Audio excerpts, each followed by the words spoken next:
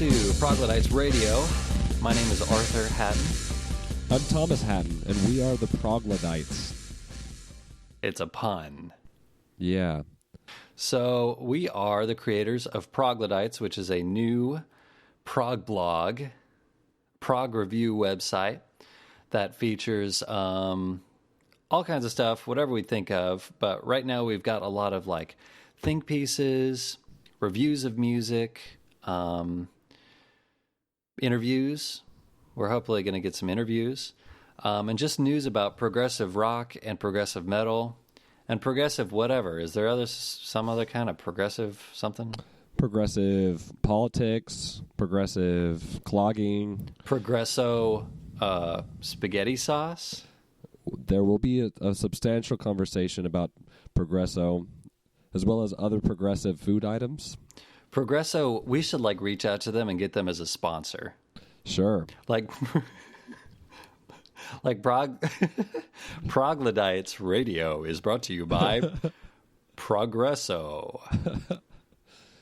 The only spaghetti sauce that pours and flavors your spaghetti in 13/8 time.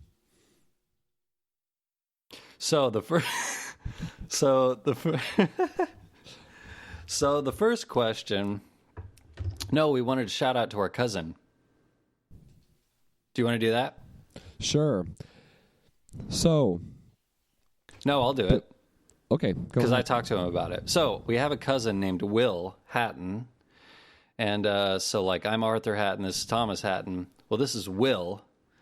And Will has an awesome podcast called Geek Revolution Radio. And so check it out. One of the first things we do on our podcast is do a shout out to Geek Revolution Radio, which is pretty much what it sounds like. It's about science fiction and all kinds of like, mostly science fiction, but anything geek related. So if you like them on Facebook, you can actually see a bunch of like geek related stuff. Like I'm seeing stuff about LARPing. LARP. No, they're not that bad. Well, like I'm seeing like making a murder stuff and like Star Wars stuff and Right, Will is cool. Oh, and he's really into music too. Totally. Like I remember talking about Smashing Pumpkins with him like a decade ago, and he's just super insightful and really nice, and so and he's funny. So yeah, check that out. Check that podcast out after you check this one out, because just listen to ours first. So anyway, okay, that's our shout out. Our shout out. Okay, so we thought that the first thing that would be cool to do on our podcast in order to attract people and sponsors like Progresso, the only spaghetti sauce that drives away your family and friends. Yeah. Just joking. We know that all you prog fans out there have friends and family and significant others that are super interested in knowing how much you care about your record collection. Yeah, I think they love your lectures about polyrhythms and Tarkus means to you on a deep emotional level. Okay. So that, like, I'm looking at our outline, and that's, so 1 was introductions, 2 is alienate our fan base immediately, and then 3. Okay, so Thomas, here's the main question we're going to answer. What is progressive music?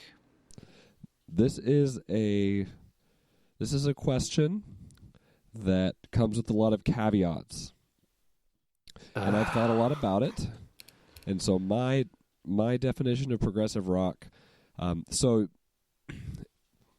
this is mainly for our fans that are listening, like, you know, maybe people who like Arthur and I, but maybe aren't sure what progressive rock might be or what it might sound like. Hopefully you'll learn more about it.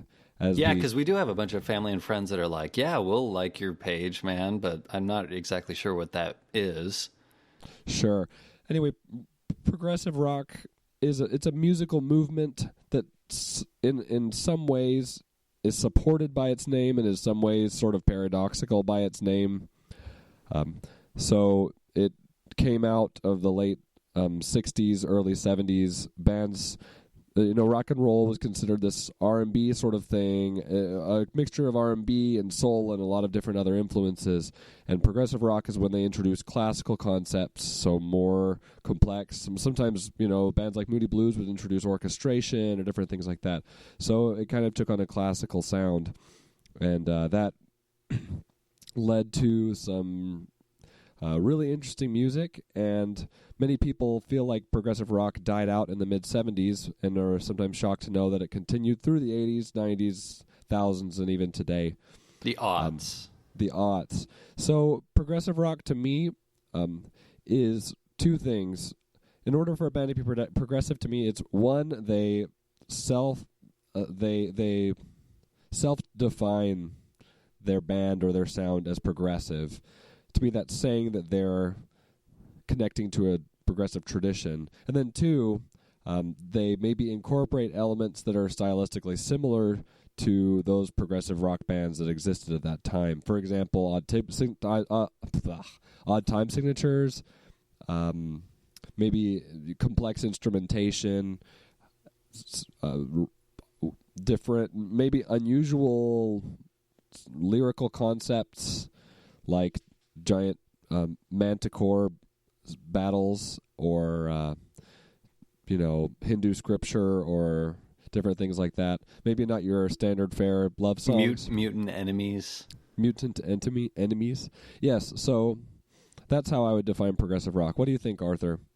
So I think So I think we're talking about there are two, not just progressive rock and progressive metal, but I'm thinking there are two ways to define prog, and there's an inclusive method and an exclusive method. I'm not sure on those terms, but what I'm talking about is in the early 60s, all these prog bands that were coming out, I don't think King Crimson sounded like Yes. No. And, you kind of have to strain to figure out what actually is common between the two things. So you've got guys like Yes, Genesis, King Crimson, the Moody Blues, those guys who were really just taking rock in new ways and making it more complex. And then you had kind of generations of followers who were basically mimicking the sounds of previous bands. So you're really talking about the innovators of prog who were willing to just meld a bunch of different influences with jazz and classical and stuff. But in my mind, when I think of prog, I think of a very defined sound where it's just complex arrangements with keyboards, very long songs. And to me, that's when I hear a new prog band and it kind of has just that very stereotypical classic sound, I'm not really that big on it. So I kind of like the more the more inclusive definition that just includes complex music and probably stretches the definition of prog a little bit more. Because I don't know, prog is can you imagine a prog band without a keyboardist? It's I don't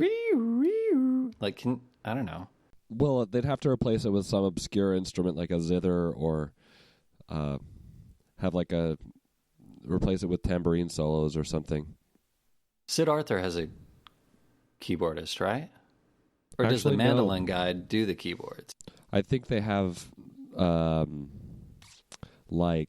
sequences and stuff, but I don't think they have a dedicated keyboard sounds on their album. But they do have the multi-instrumentalist. True, exactly. That's what I was talking about. Mandolin, zither, flute. Yeah. So anyway, I think you're right. It's interesting sometimes when you see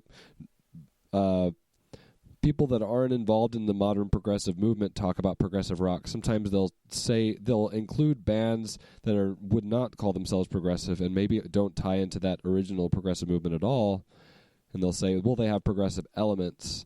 And to me, pretty much indie rock since the thousands, bands like Sufjan, or guys like Sufjan Stevens or Arcade Fire, I'm like, they all have progressive elements. They all have the echoes of those early sort of pioneers, but you wouldn't call them progressive rock. Maybe for one reason, because they don't want to be called progressive rock, and maybe another reason, they don't really fit with the modern, as we see, very paradoxical definition of what progressive rock is. Yeah, so I think at first progressive just was a very broad term that was just like, oh, here's a bunch of guys that are just doing crazy new stuff. And then it kind of over time developed into something that was very narrow and kind of incestuous. And I'm not sure I really like that kind of music. So I probably like it more. But one funny anecdote about that is I was on a message board, and they were talking about Steven Wilson's new album, Hand Cannot Erase. If you haven't heard it, it's a fabulous album, and it's one of 2015's best prog moments, I think. But somebody was complaining about the title track because it had pop elements. It's got a odd time signature meter, and it's part of a concept album about some obscure weird stuff, and the song is like got all these shrouded metaphors about domestic violence and all these different things. And somebody was complaining that I didn't think it was prog, and I was thinking to myself, oh, because it doesn't have like a 20-minute flute solo in it or whatever. Like, so yeah, I definitely think progressive fans can be very limiting of what they'll allow that progressive sound to be, which is normal. Yeah, so probably like moving forward, just generally for me, like I'm a lot more willing to just be inclusive and touch on bands. Like, okay, so here's for instance, like my favorite living band is King's X.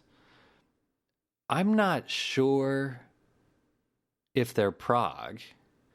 They often get lumped together with like kind of the prog metal movement because they had some very conceptual albums.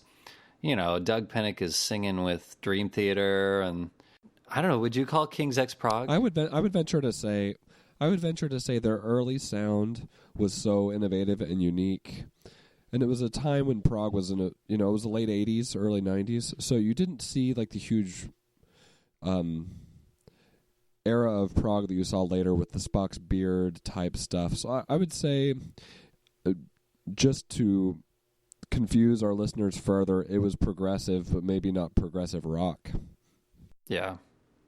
So, yeah, I mean, so there's an example. Like, I will probably talk about King's X a ton and bring them up a lot because they're often mentioned in the same breath as prog, but I'm not even sure, like, if you ask Doug Pinnick, hey, what kind of band are you, that he would say prog. I really doubt he would say that. And after, Dogman and Tapehead, they really went more bluesy, I would say. Even though they retained some elements. The three elements are all there. It's like soul, metal, Beatles. Yeah. And so, like, is that progressive? I don't know. It's just a very unique combination, and prog fans really respect King's X, including me.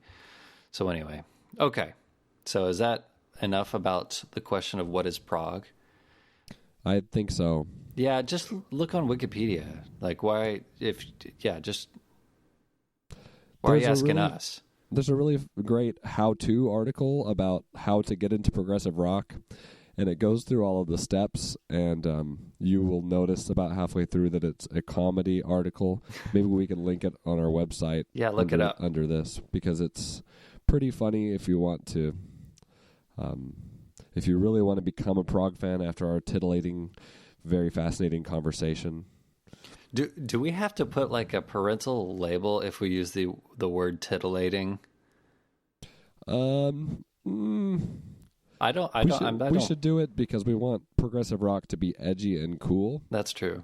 And having that explicit thing might make people think that we will be dropping lots of F-bombs or H-bombs or if we really S-bombs. want to be like true to prog, we should like talk about like controversial issues, but we're like a decade and a half late. Yeah. So what if it's just like, dude, what about Tank Man? What is Napster doing to progressive rock? Dude, Iran Contra to the Falkland Islands. Okay. Moving on. All right, moving on. So now we are in the third section of our fledgling podcast, which is family history. So I, being the oldest, I'll go first because probably I got into music maybe a year or two before Thomas. I don't know. I'll just say what I remember, and then Thomas, you fill in. Okay, so Thomas and I were born to goodly parents who loved prog music. So Dad was really into... So Dad was a singer-songwriter himself in college, and he played with another guy, and they basically sang covers of like James Taylor and Cat Stevens and Seals and Crofts. So a lot of like acoustic singer-songwriter stuff. But Dad was also really into some really good prog bands, like especially Yes, and he really liked the Moody Blues and some Emerson, Lake and Palmer. And so that's Dad. And then Mom was a guitar player herself, and but she was really into prog, I think, more than Dad, because Mom really liked Yes. She really liked King Crimson, especially In the Court of the Crimson King. She really liked, but she also liked metal and hard rock. So Mom really liked Bad Company and Black Sabbath, and 80s hair bands, and so Mom is really into like hard rock stuff. So I think those two combined influences on me first got me into the Beatles, who are my number one favorite band ever. And would you say that they're your favorite band, Thomas? Yeah. I would say the Beatles are probably our most important band as a family, the one that sort of set us on the path. My first album purchase in my life was Rubber Soul. So the first one, I think, the first CD we ever owned of the Beatles was Rubber Soul, and I think that then it was Revolver after that. So the way that progressive rock kind of sequenced out of, a lot of the zeitgeist of the time, maybe that's kind of how we developed into progressive rock too. Because then after that, we just followed down the thing, and we got to Sgt. Pepper's and the White Album and all the weird sounds that came out of that. And I think after that, we were obsessed and craving more esoteric stuff. Yeah, so then we got into Yes, but it was like Fragile. And then the second Yes album I got was 90125. And then after that, kind of concurrently, I was getting into hard rock, so I really liked the Scorpions. And then when I heard Queensryche, the Empire album, I was just like blown away. I just thought it was the coolest thing that they kind of mixed this complex prog thing with 80s hard rock or 80s metal. And then that led me to Dream Theater, which was probably my favorite band for like 10 years. And in my case, I remember the first time I heard Cinema, the instrumental track from Yes's 90125. Even though Yes, Fragile blew me away, I was just thinking, gosh, it'd be really cool if there were bands that had like long hard rock sounding or maybe distorted guitar instrumental sections.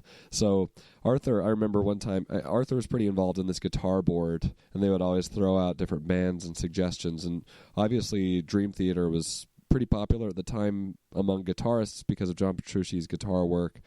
I remember the first time we heard Metropolis Part 1, I think it was maybe the one that really, I remember just thinking, like, I have been waiting my entire musical life to hear music that sounds like this. We got it on Napster. Yeah. In case you don't know, Napster was this this beast that was created to destroy Metallica's career, and they gallantly galloped on with their horses and slew the beast and then spawning the rest thousands of of other industry beasts. as well. Spawning thousands of other beasts that persist in their piracy. What? So Napster is basically what's the Tolkien monster that like spawned all the other monsters? Ungoliant or Ungoliant? Yeah, we'll fact check. Yeah, we'll fact check that. Okay. So Dream Theater, we were really into Dream Theater. We saw Yes and Dream Theater together. So let's go from that into favorite prog bands, or you can actually just say any favorite bands. So we're going family history. So that's kind of a brief timeline of our exposure. So now, like 2016, what are your favorite bands, Thomas? Oh, by the way, today's my birthday. Happy birthday. Yeah, it's the 17th. Okay. Anyway, we're not releasing this on the 17th, so that doesn't really matter. But okay, favorite bands, go. So I'm not good at short answers. So I'll say the two. I would say let's put in a number just so we're not just shouting out bands. 5. Let's say top 5. And rather than saying most important bands, you can either say most important bands of the last, like what are you listening to? Oh my gosh. Versus just okay. But what are the most important prog bands in your life? That's a different question. Okay, so wait. Top 5 favorites and then top 5 like influences. Sure. Okay. Ready, set, go. I can start. I would say influence-wise, so bands that really influenced my musical trajectory. Dream Theater, even though I'm not like number one Dream Theater fan, it was kind of like my gateway drug into progressive metal. Yeah, so I would say for me, Yes is a huge band. Like Arthur's mentioned, Yes was kind of our first exposure into the 70s era of prog. Even though Moody Blues was actually our first concert, someone called them a proto-prog band, or just because they were making really cool sounds, but they may not be titled that. But I would say Yes is the first kind of traditional prog band that we listened to as a family. I have very fond memories of Fragile and Close to the Edge and some of those albums. So Yes. 2 would be Dream Theater, just because they were the first progressive metal band I really liked, and they kind of opened up the metal world rather than the progressive rock world. The bands, of the bands that I go back and listen to, I really like Pain of Salvation, especially their first couple albums. I thought they were one of the most daring and bold progressive rock bands. For a while, their stuff was just, it was like textbook definition prog. Spock's Beard, I love Spock's Beard stuff that came out in the late 90s, and I'm still a fan. I still care about Spock's Beard and what they're doing. And then 5 would be Genesis. I'm a huge Genesis fan. I follow Peter Gabriel's career. They're one of my bucket list shows. I would say in my prog life, The Lamb Lies Down on Broadway is one of the most important prog albums in my book. Just as far as like what it was able to say and just how unique it was, and so I would say those are my 5. Okay, so that was like influential, like big bands. Yeah, and then what I'm listening to now. So these are my top 5 Thomas's prog recommendations for 2016. I love Big Big Train. They're kind of a progressive rock super group with a bunch of really talented guys. Really cool stuff. Very British. Some people compare it to Genesis a lot. And yes, 2 would be Gazpacho. They've become increasingly more progressive with each album, and I just really think their sound is super unique, very haunting and very ephemeral, and their album Demon is one of the best albums in my book that I've ever heard. 3, I think Steven Wilson and Porcupine Tree. I think Hand Cannot Erase was a fantastic album. I'd recommend it to anyone, prog listener or not, and I've actually recommended it to several people who wouldn't consider themselves prog fans, but ended up being big fans of the album. So definitely recommend Steven Wilson's stuff. 4, Devin Townsend. I think he's one of the coolest progressive metal artists out there. Just he's incredibly bold and daring, and really prolific output. He puts out a lot of stuff, but he's to me he's like the Zappa of progressive metal. He's just got a lot going on in his head and some really awesome sounds. And 5, I'm having trouble thinking of 5. But maybe, yeah, I'll have to come back to it. Okay, that's okay. I was trying to think of what it might be for you, because you're always telling me what you listen to. But okay, so I'll just say, like, very briefly, and I basically already said it, but like, should I limit it to prog? I'm not going to limit it to prog, because like, I'm just going to say what my big bands are and like influences, and then you can see to what degree my biggest influences like overlap with prog music. So number 1 would be the Beatles, for all the reasons that Thomas mentioned. I mean, we're just like, our love for the Beatles. I guess I can't speak for Thomas, but it's kind of just like every now and then I just go on YouTube and watch the Rooftop sessions and just get like super nostalgic and emotional, just because it's just like, I just want to see those guys and hear their voices. So yeah, like I'm one of those Beatles fans where I'm just like very emotionally connected to the band and really, like really, really love those guys. 2 would be Yes. I really like Yes. I like both eras, both main eras of Yes. I really like Trevor Rabin, Yes, actually. And I think that Big Generator and 90125 and Talk, maybe obviously Talk to a lesser degree, although Endless Dream is awesome. But so yeah, Yes. 3 would be Dream Theater. Although I don't think we've actually brought up Fish, but Thomas and I both really dug Fish as teenagers, and I think it really broadened our musical mind, and like we got to jam to it. So that totally, and yeah, they're not, they're Grateful Dead-ish, but people really discount just how incredibly gifted Fish's members are, their instruments. Prog shines through their music.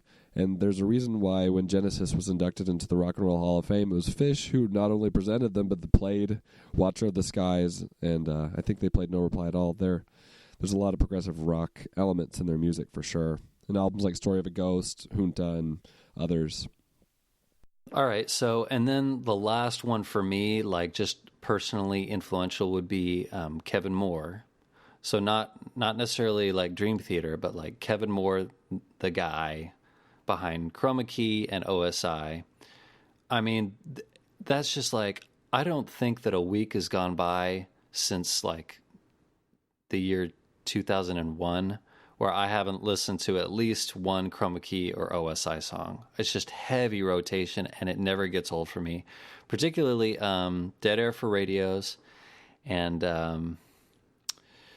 for OSI, probably Free. I would say Free is awesome. And okay, so those are my influential bands. And then right now, like the bands that I'm listening to just regularly, Anathema, really big into Anathema right now. I really like the direction they've gone. I think A Natural Disaster is one of the best albums I've ever heard in my life. 2, The Hold Steady. They are not a prog band. There is really nothing progressive about them at all. But I think Craig Finn is probably like genius level lyricist, and I don't throw away around that term. So I won't belabor that, but I'm really into The Hold Steady right now. I've been listening to a lot of Elder, which is more of like a doom metal type band, although I think that I would consider them proggy to a great degree. Like I would say that they're 60% prog, because it's like doom metal, but the guy, I don't know the name of the lead singer or guitarist, but like he's a huge Yes fan, and like you can hear it in their songs. So Elder. What else have I been listening to? Devin Townsend. You've really got me into Devin Townsend, so I've been totally into that lately. Yeah, that's a pretty good list of what I've been into. So my number 5, I I don't know if you could edit this onto the end of my last. No, just say 5. it right now. It's fine. My number 5 current listening is Mastodon. Oh, yeah. Once More Around the Sun is a great album. Crack the Sky, their concept album, is super proggy and super awesome. The Hunter is a lot more poppy. There's just their last couple albums and the direction that they've gone in. It just really strikes a chord. I think they're great, super talented dudes, and I also like that they bring a lot of humor into their music as well. So check out some of their videos, and if you're interested in a laugh. Yeah, you could probably divide prog into like those that take themselves seriously and those who don't. Yeah. Like Haken. Right, yeah, exactly. Or Jolly. Or Jolly. But then like Robert Fripp, who does probably takes himself pretty seriously. Okay, so let's move on, because I don't want this to be like an hour-long podcast. Yeah, very, very easily could be. Okay, so let's just say, best burger. Okay, let's do... Fast food. Fast food. I'm going to go with Whopper. I am totally not a snob about this. I'm a snob about music. I am not a snob about Whoppers. I actually really like Whoppers. And that is why you should stay away from Arthur and at all costs, because he's disgusting. You don't like Whoppers? I do not like Whoppers. Actually, the last time I ate a Whopper, I got really sick. So okay, well, you've just been conditioned then. So give maybe them it was just a chance. The wrong Whopper. Okay. My favorite burger is from Five Guys. See, you can't criticize Whoppers if you like Five Guys. I think Five Guys is so overrated because, listen, their patty is like 3 inches thick and it's just like sopping in grease, and they put it in the bag and the bag like turns transparent because it's so greasy, and then they put all those fries in there. I am going to fight you. I'm going to. This. All right. I'm going to drown you in Five Guys burger grease. Okay. All right. So, so that was the best burger, wherein you find out Thomas is an idiot who likes and Five Arthur Guys. Is disgusting. Shut up. Okay. Now, finally, the question you've been waiting for. If you had to be stuck on a desert island with one member of King Crimson, who would it be? Wait, you were the one that wrote this question, and you didn't mention whether or not this was forever, or this is just like until you're rescued. Like the water there is the fountain of youth water, and you have to live for eternity. Oh, no. No, I'm kidding. No, because you'd kill anyone. Let's say you're going to be rescued, but you're not sure how long it'll take. Okay. I can. Yeah. All right. So you're certain that you're going to be rescued, but you're not sure when. So it could be 10 years. Yeah, or it could be 6 months. Okay. Well, that kind of changes my answer a little bit. Yeah, and the reason why I picked King Crimson is because they've basically had like an entire regiment of various iterations, and they have lots of different members, and they're pretty inbred in the prog world in the sense that John Anderson sang for them, Greg Lake sang for them. So didn't Wetton sing for them? John Wetton, yeah, on Red, and okay. Because I was going to say, like, if you're asking me who my favorite member of King Crimson is, it would be John Wetton, because I love his voice and I love everything he ever did. Dude. Seems like a cool dude. He has that grit, some kind of grit in his voice that I really like. But I would obviously choose Robert Fripp, and this is why, because he has survival skills. So any guy who like literally like temporarily suspends his music career in order to like live in a mobile unit in the forest. I mean, obviously, and he feels no remorse like killing small animals for food or whatever. See, That's the only reason why I wouldn't say Robert Fripp is because I feel like he would have no remorse killing me. Yeah. Oh, that's a good point. or just having a stash of food that I'm not allowed to have because I'm a mere mortal. Gavin Harrison seems cool. So he would be strong because he's like a really powerful drummer, right? So if you need someone to like push a tree onto a boar. Yeah. Or someone that can like chop wood in odd type signatures. Yeah, that's true. Chop, chop, chop, chop, chop, chop, chop, chop, chop, chop, chop. So I would pick. Okay. I would pick Tony Levin because I think Tony Levin is probably.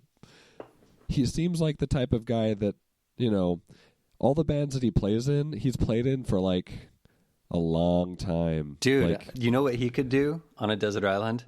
He could start a fire by reflecting the sun off his head. Yeah, exactly. Yes. Like just tilting it and then just like... Yeah, anyway. Exactly. And he could attract edible caterpillars by that large caterpillar-like mustache on his face. Yeah, Tony Levin just seems like a real even-keeled, even-tempered kind of guy. So I would pick Tony Levin. Word. Okay. So, did we have any other questions that we wanted to... That was my list. I think that's pretty exhaustive. Yeah, that's pretty exhausting. Yeah. Like your face.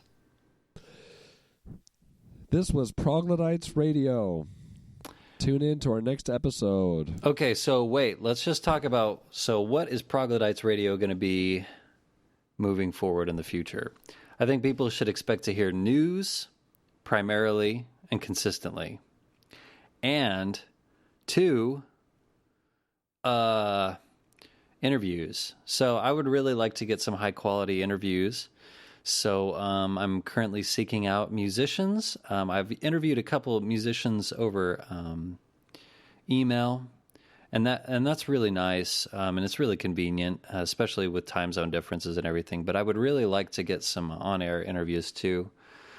So expect that. Hopefully I'll get some of that. But our bread and butter is going to be news. You're going to hear news from us and commentary.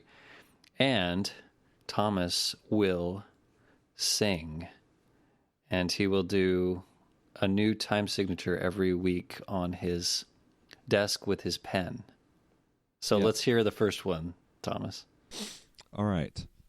This is an easy one, okay?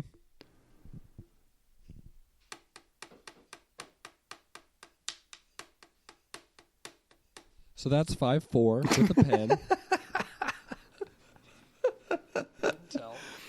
All right, that was great. I did not tell Thomas beforehand that he was going to do that. Okay. Yeah. All right, well, we're going to wrap this up. Thank you so much for listening, tuning in. Please subscribe and like us on Facebook because that's where you're going to get everything. Feel free to send us emails if you want to just talk to us. We are prog fans, so we do crave the company of other human beings.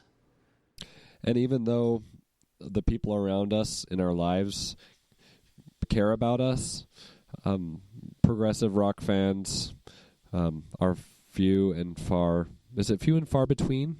Is that the correct phrase? Yeah.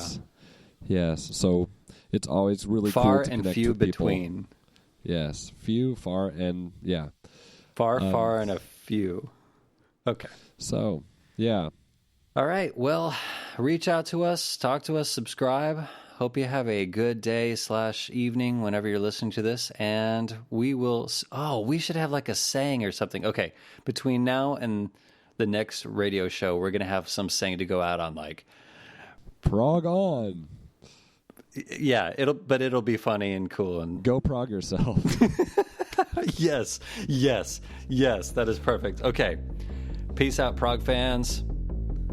Go prog yourself.